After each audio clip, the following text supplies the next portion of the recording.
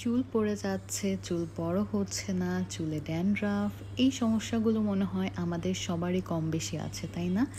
চলো এই সমস্যাগুলোর সমাধান করার জন্য আমরা আজকে একটা DIY হেয়ার টনিক বানিয়ে ফেলি।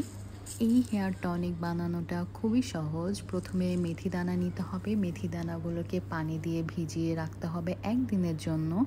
যখন পুরোপুরি ভিজে যাবে এই মেথিগুলো, তখন মেথির পানিগুলোকে আমরা আলাদা করে নিব। আর এখানে যেন আমি সবগুলো পানি একদম সুন্দর মতো নিতে পারি, এর জন্য একটা সুতি কাপড় দিয়ে এভাবে চেপে চেপে পানিগুলো বের করে নিয়েছি। এরপর চুলায় একটা পাতিল বসিয়ে নিয়েছি। দেন এই পাতিলে আমি অ্যাড করব ক্যাস্টর অয়েল। এখানে আমি 3 চামচের মতো ক্যাস্টর অয়েল ইউজ করেছি। তোমরা চাইলে নিজেদের চুলের লেন্থ অনুযায়ী কম বেশি করতে পারো। যাদের চুল বড় 6 চামচ 8 চামচ এভাবে করেও দিতে পারো।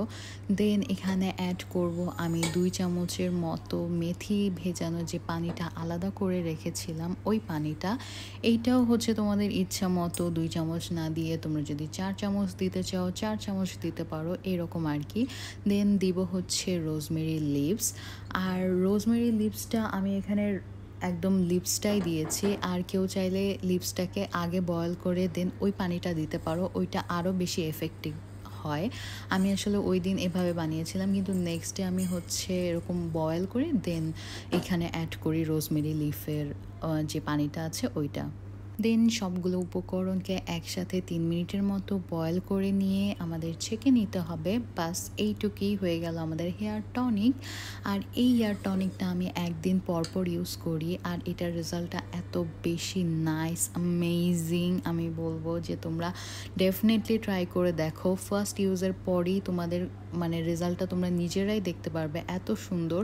এইটা যখন অ্যাপ্লাই করি চুলে তখন হচ্ছে একটুখানি চুল পড়ে, কিন্তু সারা দিনও 1-2টার বেশি আমি চুল দেখি না, আমার চিরুনিতেও না, আমার বাসায়ও না। জাস্ট অ্যামেজিং একটা টনিক।